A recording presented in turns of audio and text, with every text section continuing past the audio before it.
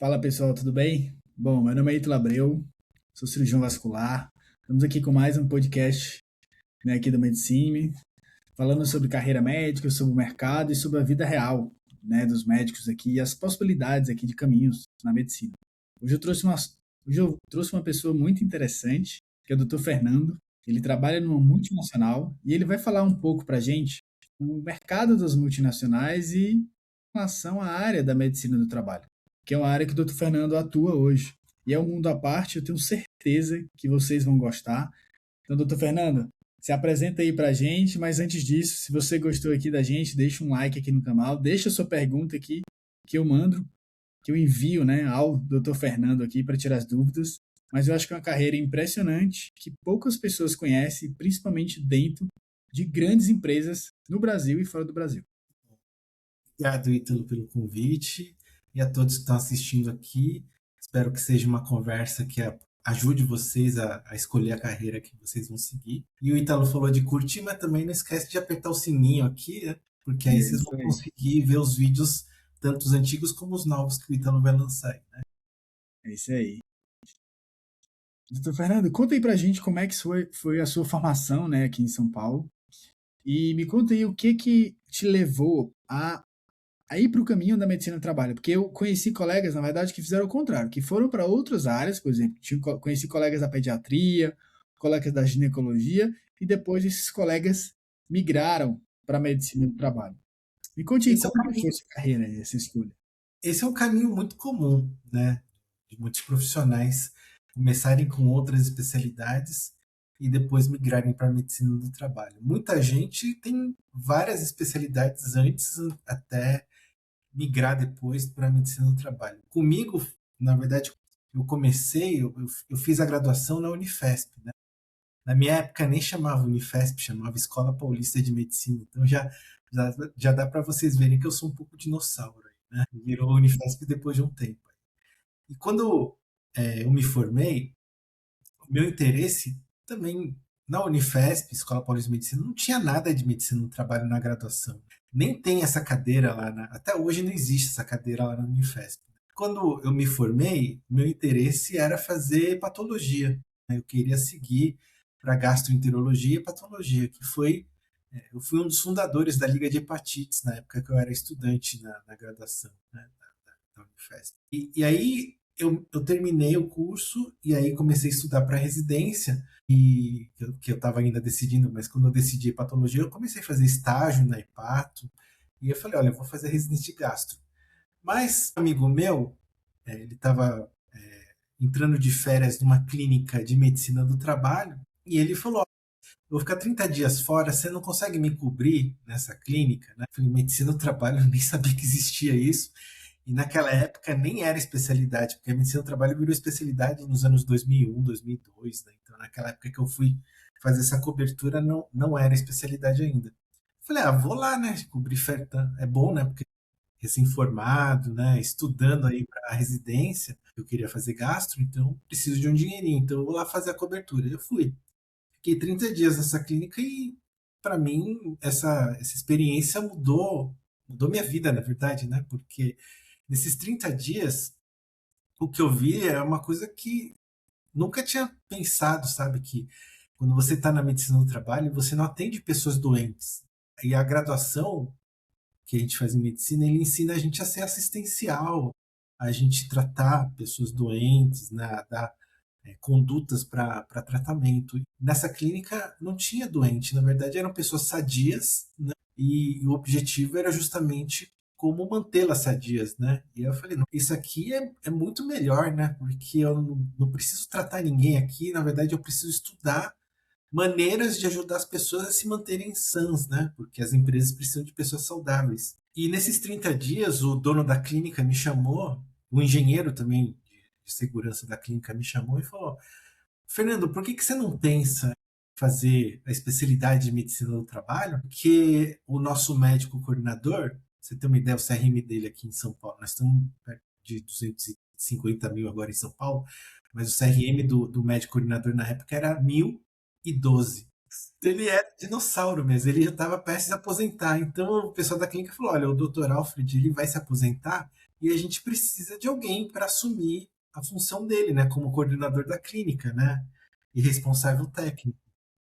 Aí eu falei, olha, eu preciso entender melhor o que que é essa especialidade, né, que não era especialidade na época, né, e aonde tem esses cursos, né? E naquela época lá, em São Paulo, existiam os dois cursos tradicionais. Não existia residência, porque não era especialidade, né? Mas existiam dois cursos tradicionais, que eram o da USP, com a professora Liz Esther Rocha, e o da Santa Casa, com o professor Morrone. Eu fui conversar com os dois. O professor Morrone me mostrou que a medicina do trabalho é uma medicina que atua no dia a dia dos trabalhadores, e a Santa Casa até hoje segue esse caminho de médico chão de fábrica, né?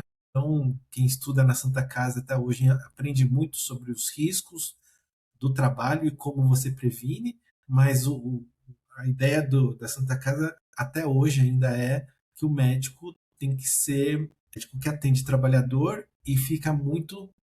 Tem que estar sujo de graxa, né? Esse é o conceito, tem que estar sujo de graxa, né?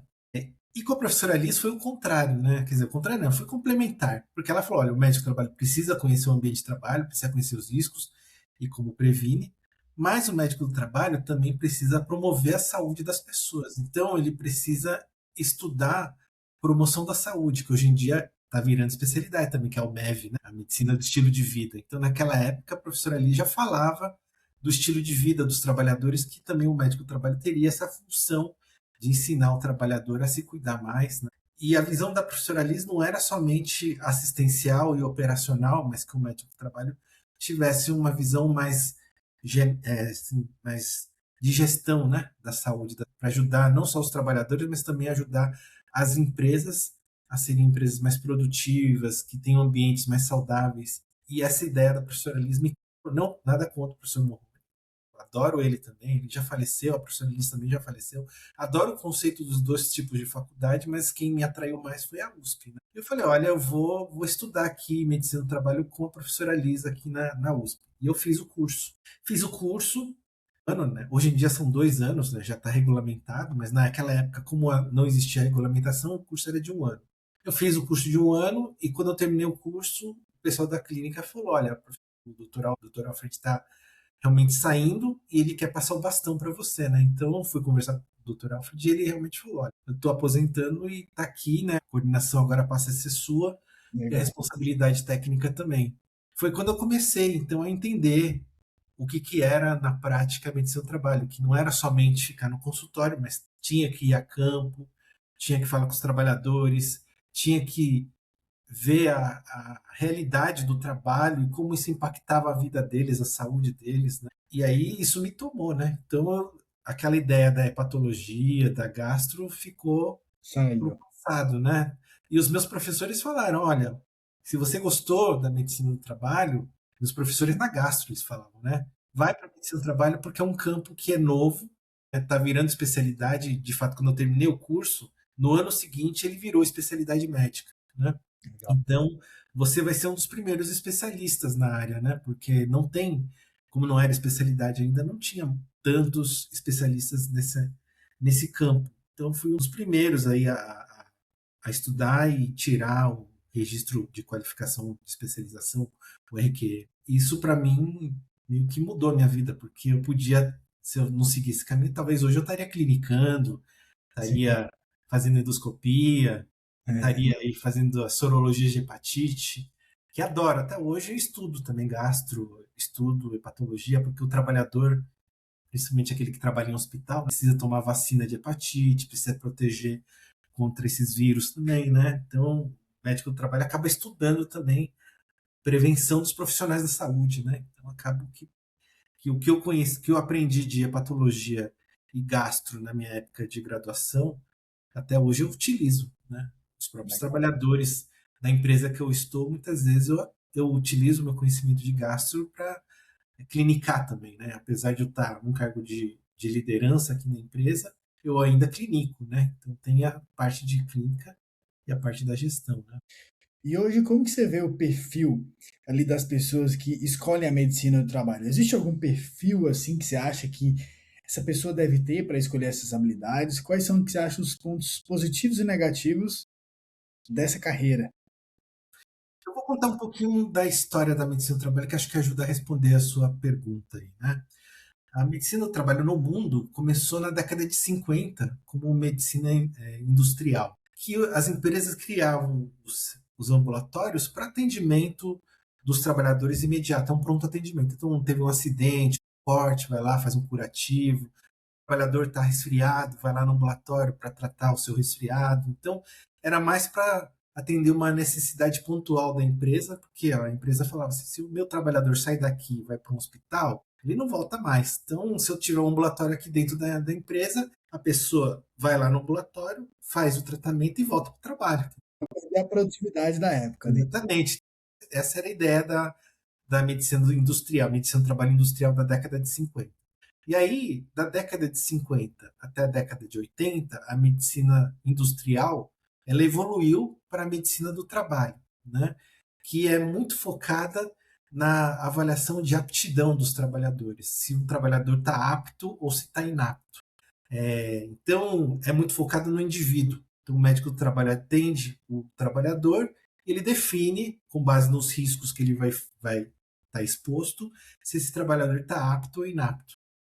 E no mundo, a medicina do trabalho evoluiu. Só que no Brasil, a gente estagnou nessa época da década de 50 e 80. Por isso que você deve escutar muitas piadinhas de que o médico do trabalho é aquele médico do exame admissional, do exame demissional, do exame periódico, que fica lá só para dar apto e inapto para as pessoas. Porque no Brasil, infelizmente, parou nesse ponto, né? Da década de 50 e 80 da medicina que é focada na aptidão dos indivíduos. Então, as novas gerações de médicos que estão estudando aqui na graduação e queiram entrar na medicina do trabalho têm objetivo nobre, na verdade, de evoluir a medicina do trabalho para a medicina do trabalho que está no mundo, que você deve ter visto lá fora. Então, lá fora, o que aconteceu? Depois da década de 80 até os anos 2000, lá fora, a medicina do trabalho evoluiu, né, que nem um Pokémon, né, virou saúde ocupacional. Saúde ocupacional já é uma medicina do trabalho que não foca no indivíduo, mas foca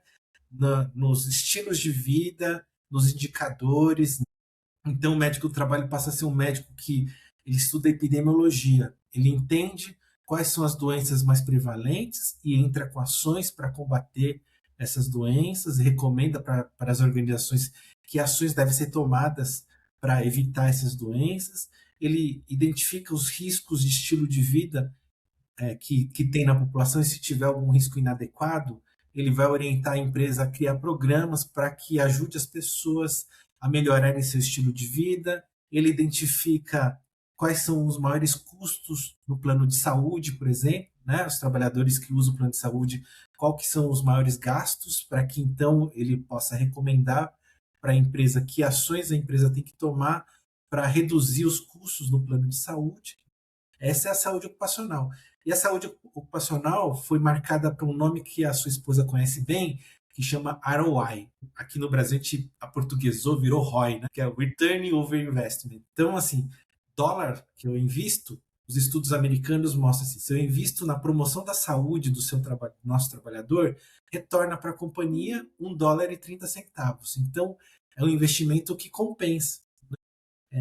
Mas aqui no Brasil, esse é o objetivo da nova geração dos médicos do trabalho que estão entrando no mercado, de evoluir a medicina do trabalho, que é o apto e inapto do indivíduo, para uma medicina mais coletiva, que é a saúde ocupacional. Só que lá fora evoluiu de novo. Depois dos anos 2000 até hoje, 2026, a saúde ocupacional migrou para o que a gente chama de saúde corporativa. Saúde corporativa é a junção da saúde ocupacional com a saúde suplementar, que é a avaliação dos planos de saúde, né? Com a promoção da saúde, mas não com dados fragmentados, mas como dados integrados. Então, agora todos estão sob o mesmo chapéu. Então, o médico do trabalho, que é responsável pela saúde corporativa de uma organização, ele não cuida, ele não tem aquela divisão de medicina do trabalho, está lá com o pessoal do ambulatório, que plano de saúde está com RH e que promoção da saúde está com o serviço social da empresa. Não, agora está tudo no mesmo chapéu, o mesmo profissional, ele cuida das 3 áreas e faz a integração de dados. Por que teve que fazer isso? Porque não adianta nada o pessoal da medicina do trabalho, por exemplo, fazer uma ação de mensuração de glicemia, né, para ver se as pessoas estão com glicemia alterada. Aí vai lá o pessoal da promoção da saúde, faz a mesma ação e na mesma organização e concorre, né, porque eles não se conversam, né, e aí um não sabe o que o outro está fazendo. E o pessoal da saúde suplementar fala: olha, nosso maior problema aqui são as pessoas que estão com diabetes descompensada e que estão gerando um custo elevado no plano de saúde. Só que ele não conversou com a medicina do trabalho e não conversou com o pessoal da promoção da saúde, ou seja, ele nem sabe que está tendo ações para tentar combater o diabetes, né, para ajudar as pessoas a Como compensar. você falou, esse compartilhamento de dados que leva aí essas decisões em conjunto aí. Eu acho que o médico de Exatamente. trabalho hoje ele também tem que estar atrelado aos dados e saber interpretar dados, como você falou, para virar aí, né, uma Exatamente, porque é o que função e isso acontece. impactar no ROI aí que você falou, o retorno do investimento. Porque aí o que acontece? Quando o médico do trabalho ele cuida da saúde corporativa, quer dizer, ele cuida de todas as saúdes da organização, ele passa a ter uma visão do todo, do coletivo, e ele pode passar a dar recomendações mais assertivas que realmente atendam à necessidade da sua população. Por exemplo, você deve estar vendo os estudos aí que no ano passado o INSS mostrou que no Brasil nós tivemos 4 milhões de trabalhadores afastados. Em primeiro lugar ainda são os transtornos ortopédicos, mas em segundo lugar vem a sua especialidade, saúde mental, psiquiatria. Então, o nível de pessoas com ansiedade e com depressão nas organizações está aumentando. E a Organização Mundial de Saúde, olha que curioso, a OMS falou em 2009 foi 17 anos atrás, falou assim: 2030 vai ser o ano que a depressão vai ser a primeira causa de incapacidade nas organizações, nas empresas. 2030 é daqui 4 anos. Nós estamos em 2026.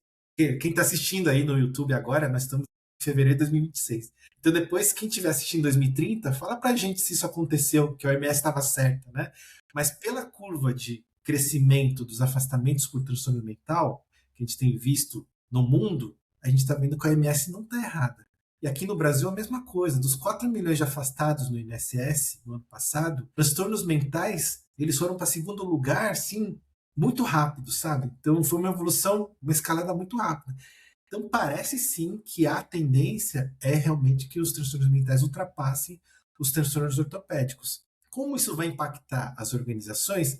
Quem que tem que ajudar a organização a criar estratégias para, primeiro, identificar quem são as pessoas do grupo de risco para desenvolver um transtorno mental? Quer dizer, a gente tem que fazer o rastreamento, aplicar questionários e, de novo, você que está na graduação tem que entender que existe uma diferença entre rastreamento e diagnóstico. Quando a gente faz rastreamento, não quer dizer que as pessoas. Fazer rastreamento de depressão, não quer dizer que as pessoas estão depressivas, mas existe o risco das pessoas desenvolverem a depressão. Então, se a gente aplicou rastreamento na nossa população e identificou quem são as pessoas do grupo de risco, nós vamos fazer cuidado coordenado com essas pessoas para evitar que elas descompensem ou elas evoluam para depressão e descompensem da doença e de fato fiquem afastadas, incapazes para trabalhar. Então a gente tem que entrar com uma ação, né, de apoio psicológico, né, com suporte da liderança. A liderança tem que ser uma liderança que permite que as pessoas falem o que estão sentindo, isso chama segurança psicológica, sem medo de ser retaliado, sem medo de ser julgado, sem medo de sofrer preconceito.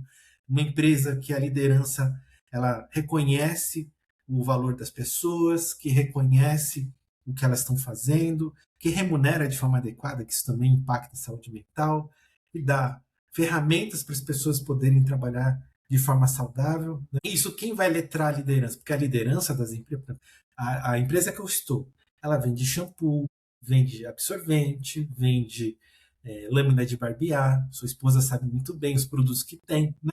Mas aí que tá. A liderança entende do negócio, mas sobre relações humanas, quem tem que ensinar isso são os médicos do trabalho. Né? Porque a gente tem que letrar a liderança. Ok, você vai incentivar os seus funcionários a vender mais produto, a produzir melhor, com mais eficácia, mas a gente tem que fazer isso de uma forma que as pessoas não entrem em desgaste, né? Que é o famoso burnout, que é quando a pessoa ela trabalha tanto, ultrapassa o horário normal de trabalho, vara a noite trabalhando, e aí o dia seguinte está esgotado, e aí conforme isso vai evoluindo, o esgotamento vai só aumentando. né, que é o burnout. No mundo corporativo isso não é incomum, né? Exatamente. O Fernando falou aqui, o doutor Fernando trabalha, né, numa empresa, numa multinacional, que é a maior bem de consumo do mundo. Às vezes pelo nome poucas pessoas conhecem, mas é a P&G, que é a Procter Gamble.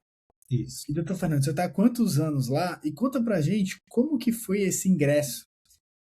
E como que é o ingresso para as pessoas que estão procurando o mercado de trabalho? Como é que elas acessam essas empresas? E depois eu quero falar aí de outro assunto, das habilidades do médico no mundo corporativo. Então, eu tô há 11 anos na P&G. Assim, eu já estou no mercado há muito mais tempo, né? Então, o que aconteceu? A P&G, ela é uma empresa que sempre está procurando os melhores profissionais. Por isso que sua esposa está lá também, né? Porque ela é uma excelente profissional.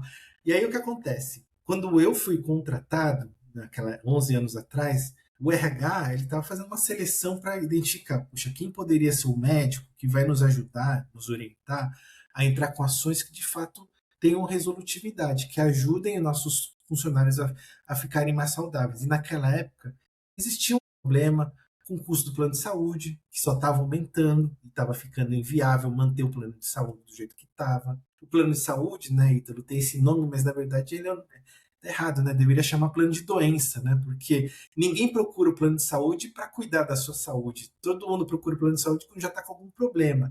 Ah, eu tô com dor no coração, vou no cardio. Eu tô com dor de garganta, vou no otorrino, né? Então ninguém vai lá passar num cardiologista para falar, não, eu vim aqui fazer um preventivo, né? Primeiro que o plano nem cobre prevenção, né? É estranho, né? Isso no Brasil aqui o plano de saúde não cobre prevenção. Né? Você quer fazer check-up, você tem que ter um programa de check-up, não é o plano de saúde que cobre. Isso é uma coisa até bizarra. Então o plano de saúde estava ficando insustentável. E outro problema também era o número de afastados, né? Que o número de afastados estava ficando cada vez maior aqui no Brasil. E não havia uma liderança médica no Brasil. Naquela época, 11 anos atrás, o serviço era terceirizado. E aí, por conta disso, o RH não conseguia números, não conseguia indicadores, não conseguia entender o que estava acontecendo na organização e que ações precisam ser tomadas para que as pessoas ficassem saudáveis e não precisassem adoecer e afastar do trabalho. Então, na minha entrevista, justamente foi esse uma das perguntas que o RH fez, né? Que qual que é, e aí é a dica para o graduando aqui, né? O RH sempre pergunta isso. Qual é o seu diferencial versus os outros candidatos que estão lá fora? E para o médico do trabalho, não adianta falar que meu diferencial é porque eu faço um exame perfeito, um exame muito bom. Né? Porque fazer exame médico muito bom, isso não é diferencial. Isso é obrigação, né? Todo médico deveria fazer um exame decente, entendeu? Então isso não é diferencial. É o básico. É o básico, né? Você fazer uma anamnese, um exame, e dar uma conduta para o trabalhador, para a pessoa, o paciente que está na sua frente. Então, isso não é diferencial. Outra coisa que também não é diferencial, mas que eu escuto muito nas entrevistas que eu participo, é que o médico acaba falando: não, eu faço um programa de controle médico, de saúde ocupacional, muito bom. Mas isso aí é obrigação legal também. Fazer o PCMSO, né, o programa de controle médico, isso aí, todo médico do trabalho deveria fazer um programa de controle médico muito bom. Mas o que que fez o RH me contratar na época, foi porque eu falei assim: eu vou estudar a população da P&G e vou recomendar para vocês do RH quais são as ações que vocês têm que tomar, quais são os programas que vocês precisam, que os trabalhadores precisam para que fiquem mais saudáveis e que reduza o custo do plano de saúde, que também reduza o número de afastados. Então eu vou ajudar a P&G a promover a saúde das pessoas. Vou ajudar a P&G a ter um ambiente de trabalho que gera satisfação, né, e não adoecimento ou estresse. Né? É isso que o RH queria escutar, entendeu? Ele falou: de todos os candidatos, só você falou isso. Os outros só falavam de exame médico, falavam só de, eu faço fantástico. Né? Isso pra gente, ok. Tá na lei, né? Que tem que fazer exame médico. Tá na lei que tem que fazer programa, entendeu? Não é isso, né? Agora, você falou a palavra mágica que é: vou fazer um programa que vai ajudar o negócio, né? Que vai ajudar o negócio a prosperar. E era isso que o RH estava esperando, um candidato que falasse isso. Por Você acaso fui eu. falou de uma forma mais analítica, assim, né? Vou estudar a população da P&G, ou Exato. seja, vou estudar aquele tipo de amostra e eu vou demonstrar para vocês, eu quero demonstrar um resultado naquela amostra, né? Então, assim, é uma resposta analítica que eles queriam, né? Que é o mundo corporativo é diferente da medicina nisso aí. E você que está na graduação, né, você deve achar que medicina do trabalho é receita de bolo, né? Tem um problema, eu entro com uma ação que já está pronta, né? né? Vocês devem ter escutado aí, olha, tá com tendinite, faz ginástica laboral. Você tá com problema de saúde mental, é só botar uma meditação na empresa, uma massagem, né? Tem um artigo no Brasil, escrito em 2003 pelo professor Mário Ferreira, de Brasília, que chama essas ações de ofurô corporativo. Por exemplo, hoje em dia, até um tema meio polêmico, tá, gente? Aqui eu vou colocar aqui, mas vai dar polêmica, tá? Mas assim, tem empresa que fica falando de felicidade corporativa. Não, vamos entrar com treinamento para falar de felicidade no ambiente de trabalho.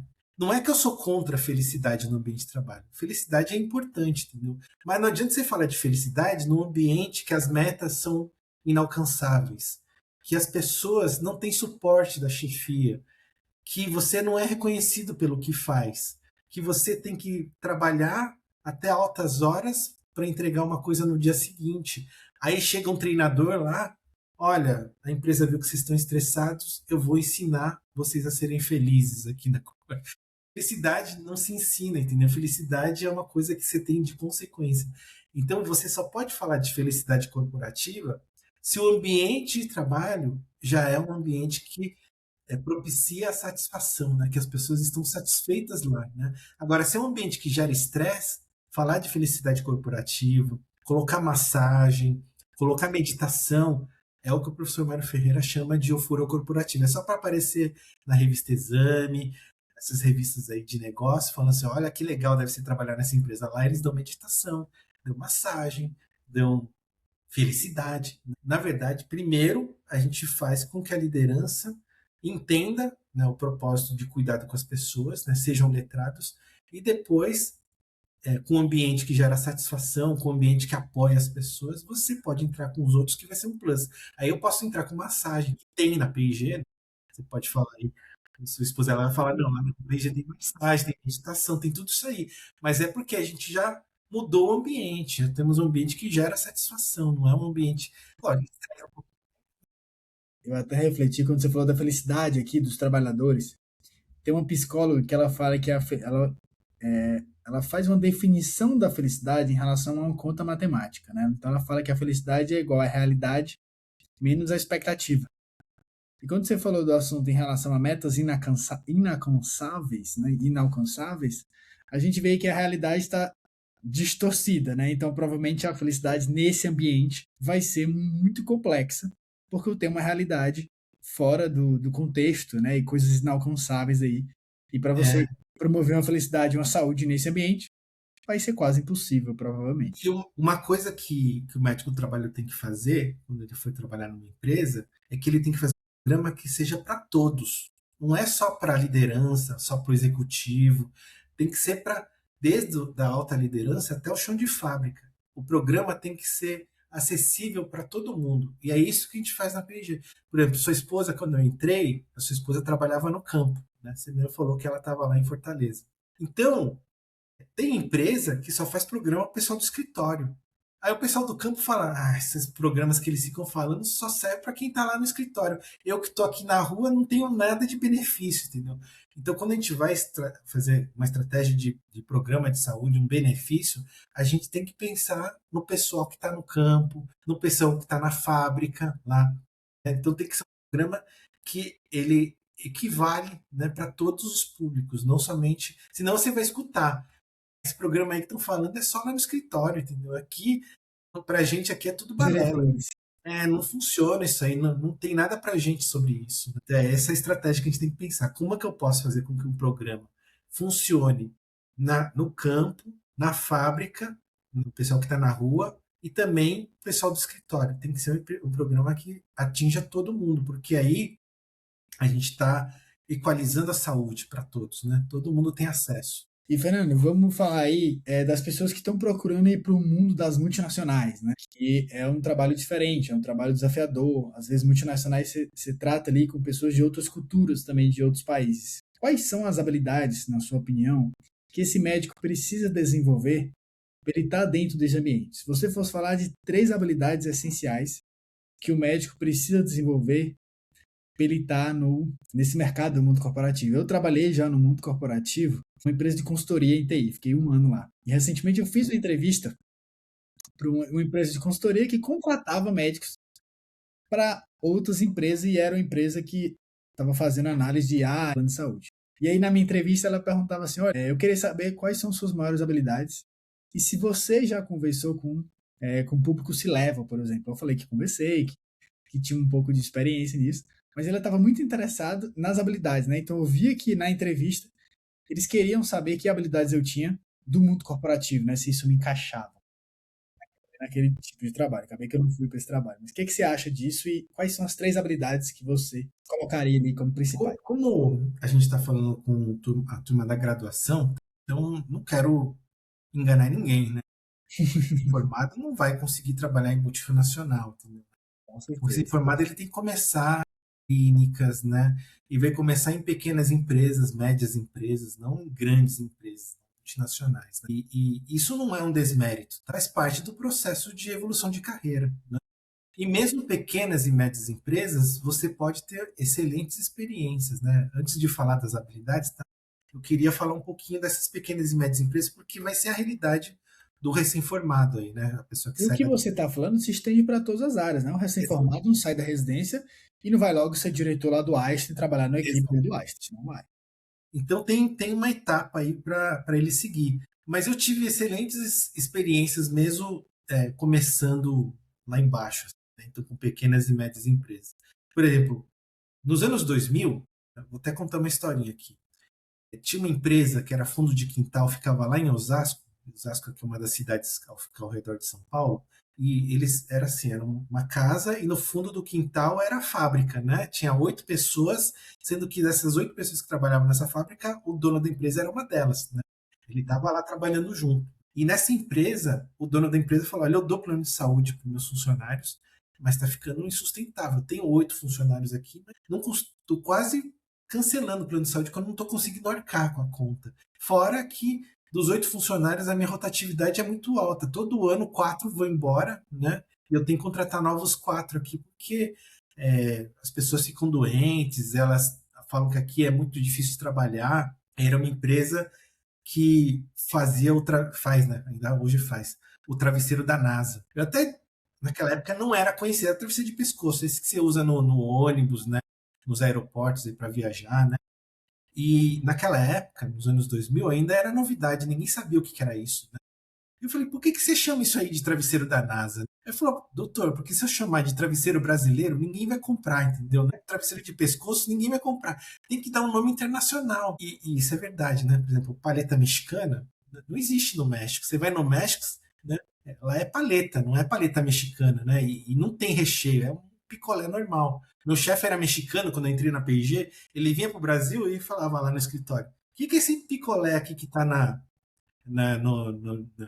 no visor lá, né? Eu falei, isso aqui é paleta mexicana. Ele, nunca vi. Mas era a forma que o brasileiro teve de, se fosse picolé, custava R$ 2, mas como chama paleta mexicana, ele vai para R$ 8. Então é só supervalorizar o produto, né? Então, mas na verdade ele é um picolé. Só isso.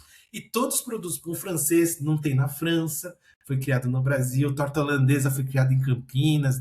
Então todos esses produtos aí, a gente é enganado a todo momento achando que é estrangeiro e é tudo produto nacional. Travesseiro da NASA também. Legal. E ele falou, como é que faz esse travesseiro da NASA? E por que você está com esse custo tão alto? Vamos estudar. Então o que acontecia? Esse travesseiro da NASA ele é feito com um produto que chama poliuretano. Né? O poliuretano é o que faz o travesseiro ficar fofinho, moldável, tudo. Né? Só que lá era uma empresa de fundo de quintal. Então eles tinham os tanques de poliuretano e esse poliuretano formava uma névoa que todo mundo respirava. O trabalhador, o próprio dono da empresa respirava, né? E isso gerava uma irritação no pulmão dele que gerava asma ocupacional, que é uma doença do trabalho, né? Porque ele respirava aquilo lá, as partículas geravam irritação e as pessoas ficavam asmáticas, né? E aí se afastavam do trabalho, gerava custo do plano de saúde, porque tinha que fazer investigação, espirometria, internação, né? Porque precisava tratar. E eu falei, olha, o único jeito de tratar essa asma ocupacional, primeiro é tentando eliminar esse produto que está no ar aqui, né? Tem como tirar o poliuretano? Olha, doutor, já passou aqui uns 8 médicos do trabalho, uns 8 engenheiros aqui, eles vinham com essa conversa de tirar o poliuretano, mas o poliuretano é matéria-prima. Aí quando eu falava que não dá para tirar, o que esses engenheiros, esses médicos falavam? Então você vai ter que dar máscara e tem que fazer raio-x e espirometria anual. Eu faço a porcaria de dar máscara para todo mundo, eu faço o exame de raio-x e espirometria, mas as pessoas só pioram. Mas eu falei, olha, realmente só vão piorar, porque você não está tirando a causa do problema. A causa do problema é o poliuretano. Você dá máscara, ele está usando a máscara, mas ele às vezes ele tira a máscara e respira, ele vai ficar com a asma, né?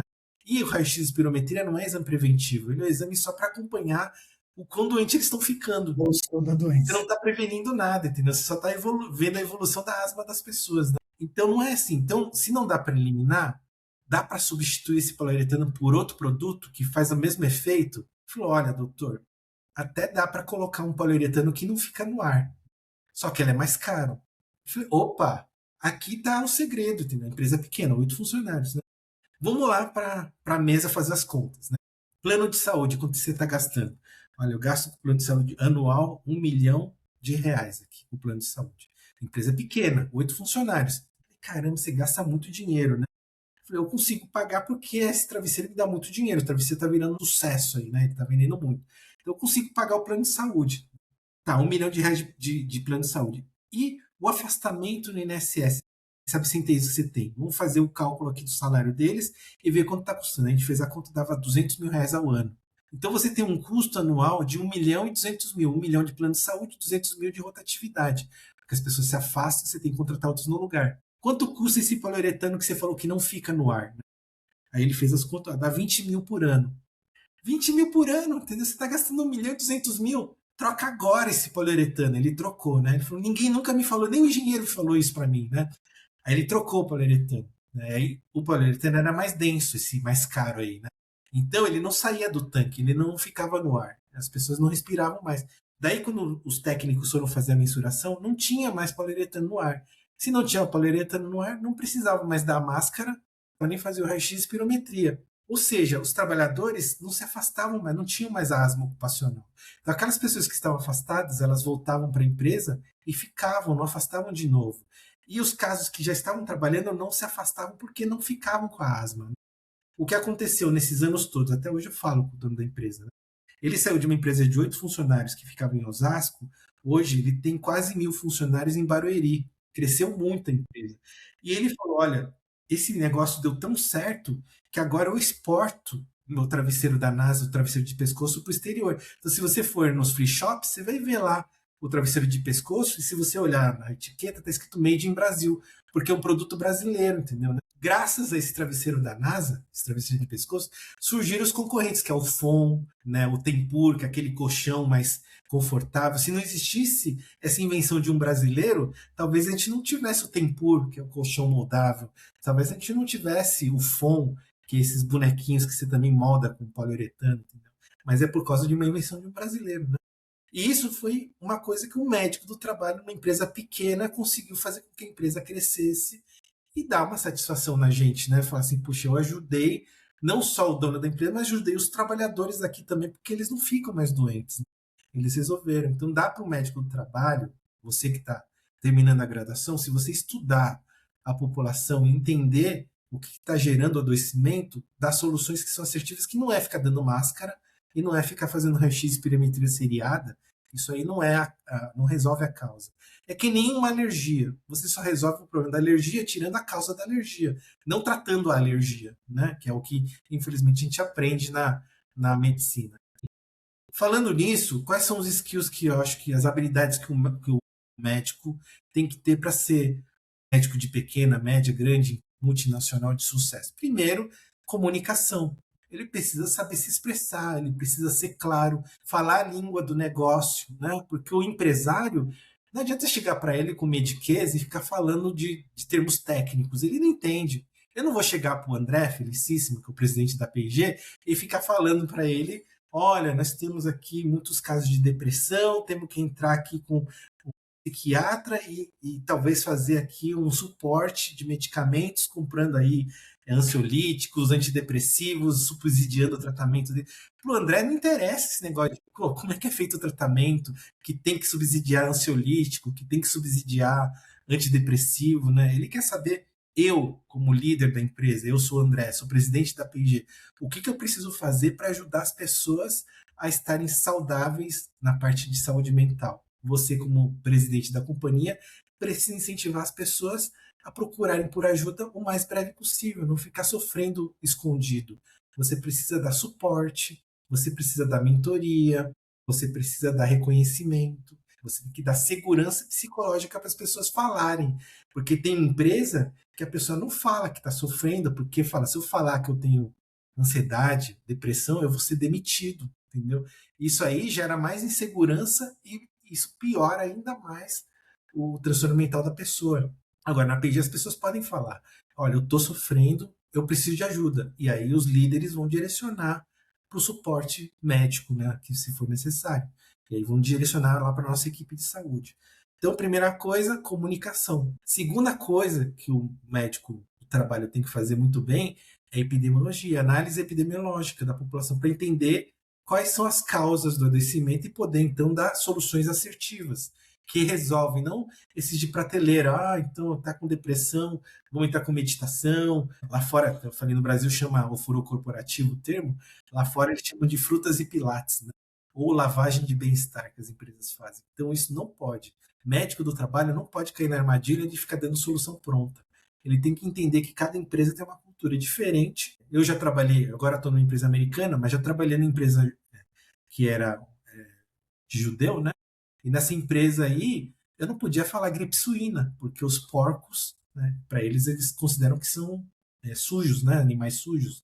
Se eu falar gripe suína, ninguém vai tomar a vacina da gripe suína. Vacina da gripe suína, desse animal sujo, não vou tomar essa vacina. Então, em 2009, quando veio o primeiro surto de influenza no Brasil, a gente chamou ela de influenza A, ou gripe A, não gripe suína, que era o que estava na mídia. Na mídia estava falando gripe suína. Não, gente, não é gripe suína, é gripe A ou influenza A. A vacina é para isso. Aí as pessoas tomaram a vacina nessa empresa. Mas se eu chamasse de vacina da gripe suína, ninguém ia tomar vacina. Então, o médico precisa entender de epidemiologia e da cultura das organizações que ele vai trabalhar também. E a terceira habilidade, aí mais soft, né, do profissional, é que o médico tem que ser empático, ele tem que ter escuta ativa, ele tem que entender o que o outro está falando para poder, então. Na verdade, isso que eu estou falando de empatia, de escuta ativa, acho que todo médico deveria ter, né? Não somente o médico do trabalho, mas o médico do trabalho mais ainda, porque ele tem que convencer a alta liderança e o chão de fábrica. Ele tem que convencer todos os públicos de uma forma empática. Olha, como é que você pode ajudar mais? E você, trabalhador, como você pode se ajudar mais também? Então, a gente tem que falar isso com empatia, entendendo a realidade dele. Não adianta eu chegar para o pessoal chão de fábrica e tentar prescrever para ele um remédio que custa R$ 900. Ele não vai comprar. Então, você está acima do peso, vamos entrar aí com um, uma dessas injeções aí, Ozempic, etc., né? Custa R$ 900 a dose. Ele não vai comprar, entendeu? Agora, se eu falar para ele, olha, você pode passar na nossa Nutri, passar no nosso educador físico. Eventualmente, se você precisar dessas injeções, porque um endocrinologista recomendou, a gente vai avaliar e a gente consegue subsidiar. Então, em vez de você pagar os R$ 900, você vai pagar aí 25% do valor, que aí fica mais acessível. Ainda assim, não é garantido que ele vai comprar, porque às vezes ele não tem condições financeiras, né? Então, não dá para. Você tem que entender a realidade de cada população para poder dar a sua conduta. Você não vai dar a mesma conduta para alguém da alta liderança e alguém chão de fábrica, porque são realidades diferentes. Contextos totalmente diferentes. Né? Contextos diferentes. Mas você. Nota aí o que o Dr. Fernando falou. Comunicação, epidemiologia e empatia, né? Que está junto, às vezes, ali também da comunicação e das suas capacidades de entender o outro, de escuta ativa, de tudo isso aí. Às vezes, o médico do trabalho está no que a gente chama de cabo de guerra, né? O médico do trabalho, ele é o cabo. Porque de um lado tem o dono da empresa, o empregador, e do outro lado tem o trabalhador. Só que o médico do trabalho, ele tem que unir as duas partes. Mas o que a gente vê muito, infelizmente, é médico do trabalho, infelizmente, estou falando infelizmente porque vocês que são a nova geração vão mudar essa realidade. Mas a gente vê muito os médicos do trabalho ajudando mais ainda esse conflito a piorar entre o empregador e o trabalhador. Na verdade, a gente tem que unir os dois, não separar cada vez mais eles. A gente tem que fazer com que os dois se entendam cada vez mais. Então, na comunicação, uma das coisas que o médico do trabalho tem que entender também é como você vai gerenciar conflitos. Então, porque existe conflito. Né? O trabalhador tem uma necessidade que às vezes não é a mesma necessidade do empregador. Então vai gerar um conflito. Só que eu preciso unir as duas partes. Então, como a gente pode, entendendo as necessidades de cada um, né, tentar fazer com que vocês entrem num acordo e isso dê certo, né? Que o tratamento seu dê certo, que o gerente, o diretor, o vice-presidente, o presidente, ele ajude você a resolver seu problema e ao mesmo tempo você ajudar a empresa. Então, esse cabo de guerra existe, né? E a gente tem que ajudar a mediar esse conflito e não piorar, diminuir ou até neutralizar esse conflito. Né? Isso é um papel de comunicação que o médico do trabalho vai ter que ele precisa, né, aumentar essa habilidade de gerenciar conflitos. Né? Sim, sim, com certeza. É interessante esse ponto que a epidemiologia eu não pensei, mas não pensei muito, né? E é uma coisa interessante que eu acho que é a base do médico saber a epidemiologia, né? Saber a medicina junto com a medicina baseada em evidência, a estatística junto com a epidemiologia. E ver como isso é importante, você saber disso, né? Ter essa habilidade aí dentro das empresas para você se destacar e até entrar, como você falou, foi um ponto que você falou, né? Vou conhecer a epidemiologia da APG e vou melhorar aqui a saúde dos funcionários. Acho que foi uma Tem dica. tanta epidemiologia interna dos riscos do trabalho, como os riscos de estilo de vida também, as doenças mais prevalentes por região, né? Porque Sim, pessoas do Nordeste têm doenças que são próprias de lá, que é diferente do pessoal aqui do Sul e Sudeste. Né? Porque o Brasil é um país continental, então cada região, né, tem suas doenças. E agora que eu estou cuidando da América Latina, então tenho que conhecer ainda mais a epidemiologia agora da região. Por exemplo, lá no México, nós temos um negócio que chama, a gente chama de diarreia do viajante, mas eles chamam lá de vingança de Montezuma. Né? Se você tomar água do México, você tem diarreia. Então, o ideal é que você tome água engarrafada, não a água da torneira lá. Porque o estrangeiro que vai lá, não tem a mesma flora intestinal do mexicano, se tomar água da torneira, vai ter diarreia. E isso eles chamam de vingança de Montezuma. É uma coisa regional. Mas qualquer viajante que for para lá, a gente aconselha, toma água engarrafada, não vai tomar água da torneira, porque a sua flora intestinal é diferente da flora intestinal deles. Eles estão acostumados e você não. Você vai ter diarreia. No mundo é a mesma coisa. Por exemplo, na pandemia, falando aqui que é uma coisa que o médico do trabalho se destacou bastante, o que aconteceu? O médico do trabalho tem que estar sabendo o que está acontecendo no mundo. sim. Por exemplo, em 2019, a gente começou a receber da P&G China, né? A P&G China começou a soltar uns alertas para toda a P&G. Olha, aqui na China nós estamos pegando uma doença influenza-like, né? Parecido com resfriado, com a gripe influenza, mas que tem um potencial de se espalhar para o mundo inteiro. Quando a gente recebeu aqui no Brasil essa notícia, o que eu falei, olha, o que a gente já teve perto de uma dessa doença aí que eles estão falando na China? Em 2009, aqui a gente teve a influenza A, que eu falei para você, a gripe suína. Como é que a gente se preveniu da gripe suína na época? Não existia vacina de influenza ainda. Então, como a gente se preveniu foi uso de máscara, álcool gel, que a gente teve que espalhar na empresa inteira, e distanciamento, né? Uma pessoa que. E etiqueta, né? Ensinar as pessoas a tossir no braço. Se você está gripado, não vem para o trabalho, fica em casa, etc. Para não espalhar a doença, já que não existia vacina. E a gente, então, em 2019, no final de 2019, nós começamos a comprar máscaras e também álcool em gel.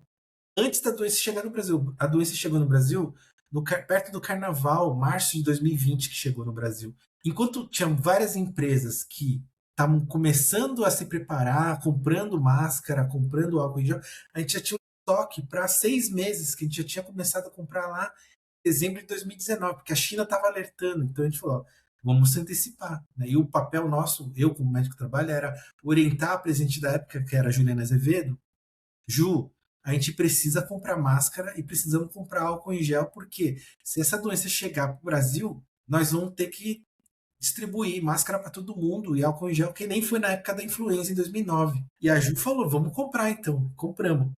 Muita empresa não fez nada. Chegou no Brasil, a doença já estava esgotado as máscaras, estava esgotado o álcool em gel, então tem muita empresa que não conseguiu comprar álcool em gel, não conseguiu comprar máscara. E aí começou a espalhar a doença no Brasil inteiro. Os nossos funcionários estavam mais seguros. Né? E aí o que aconteceu? A gente teve uma ideia muito boa, né? O pessoal de Louveira teve uma ideia muito boa, porque eles fazem fralda, né? E a fralda é a mesma matéria-prima da máscara, né? Por que a gente não usa a matéria-prima que nós temos aqui em Louveira para a gente produzir as nossas próprias máscaras, né? Então a gente comprou uma máquina para fazer máscara na fábrica de Louveira começou a fazer tanta máscara que não só atendia o público da P&G, como também a gente começou a fazer doação para o hospital. Porque a gente falou, olha, a gente agora tem máscara até que tem hospital que está precisando, que também esgotou as máscaras, a gente vai doar, né? E isso foi uma ação que a gente, como área de saúde, orientamos a empresa a fazer. E a empresa começou a seguir. Por exemplo, quando teve a crise de oxigênio em Manaus, a gente também falou, olha, aqui na USP, na Poli, está tendo um estudo para criar um aspirador de baixo custo, né, que ajuda aí as pessoas a terem oxigenação. E a PG foi lá e investiu nessa máquina, nesse respirador de baixo custo. Né? A gente fez várias e a gente começou a doar para os hospitais de Manaus. E aí foi o professor da Poli também, a nosso custeio, né, que a gente pagou. Então, foi ações que a área de saúde, o médico da empresa, consegue orientar a empresa a fazer a ação certa, né? Que aumenta ainda, não só ajuda os nossos trabalhadores, mas aumenta a reputação da empresa para o mercado. Porque o pessoal de fora fala, olha só quanta ação a P&G está fazendo. Está ajudando a comunidade, está ajudando...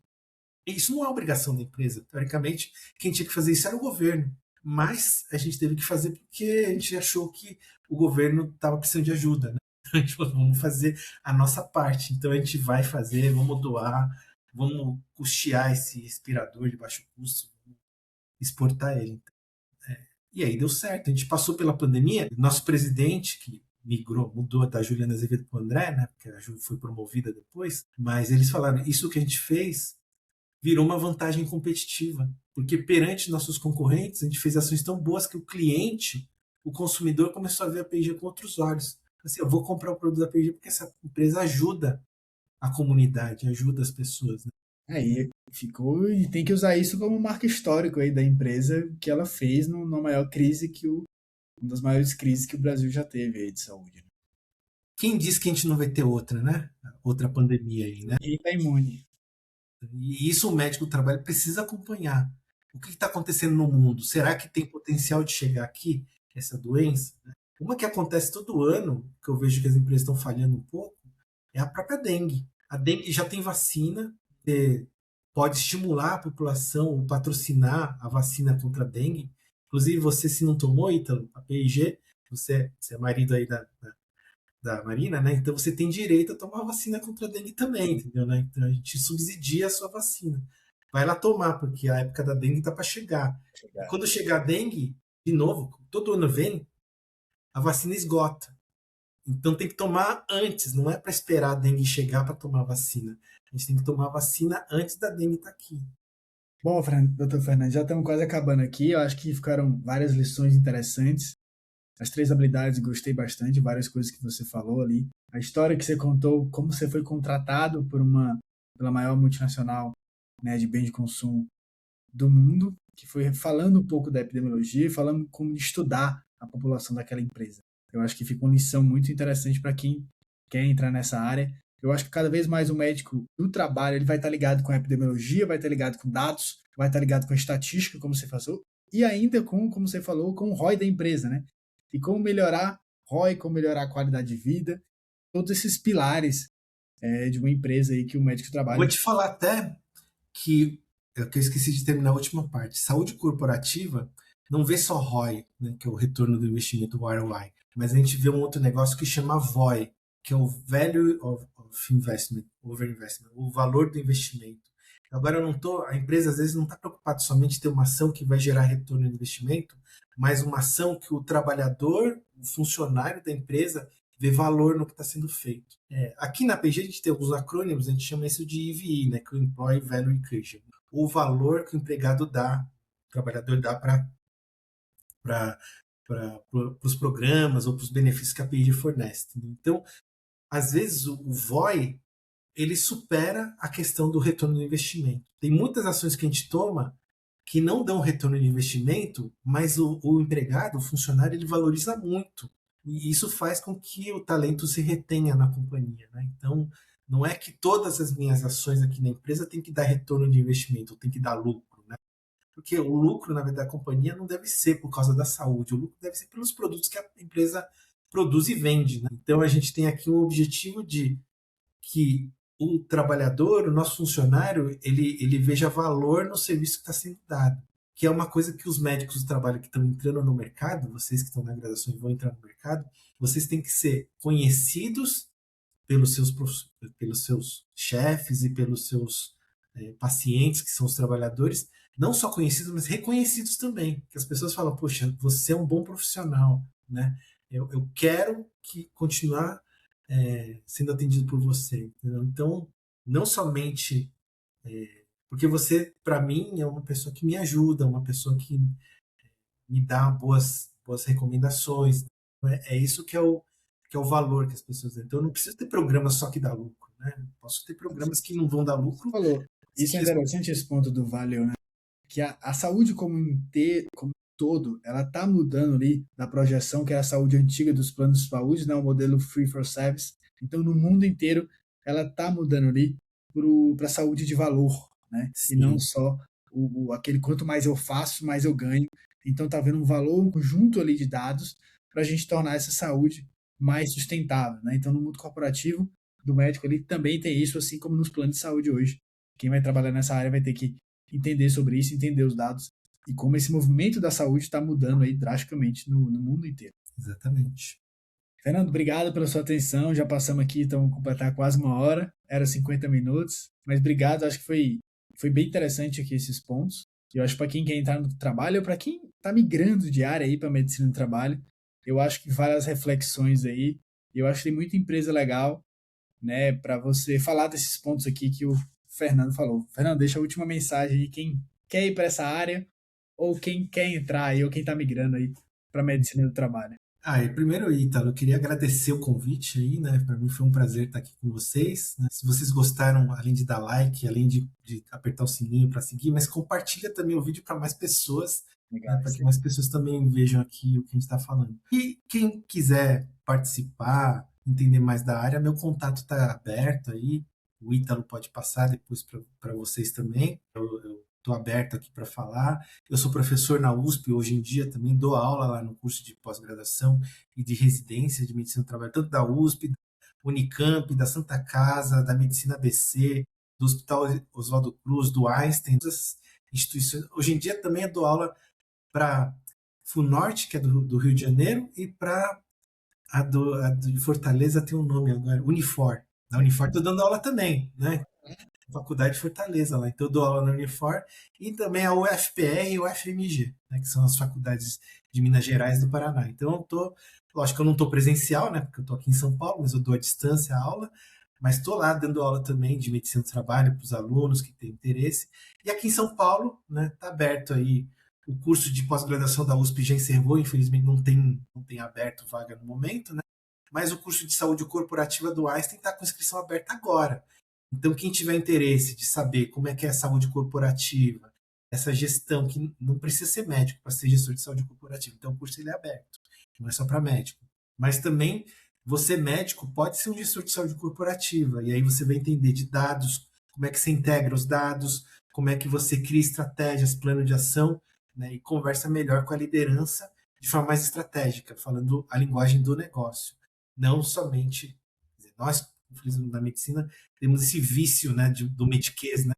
E a gente ensina você a falar a linguagem do negócio, não o mediquês, né? Porque o mediquês importa para gente, colegas de especialidade, mas não para o empresário. O empresário não quer saber de mediquês, ele quer saber o que eu preciso fazer, né? E aí isso você precisa aprender a entender e passar a coisa certa, né? Valeu, galera. Obrigado. Obrigado, doutor Fernando. Obrigado, gente. Isso aí. Tudo de bom aí. Tchau, tchau.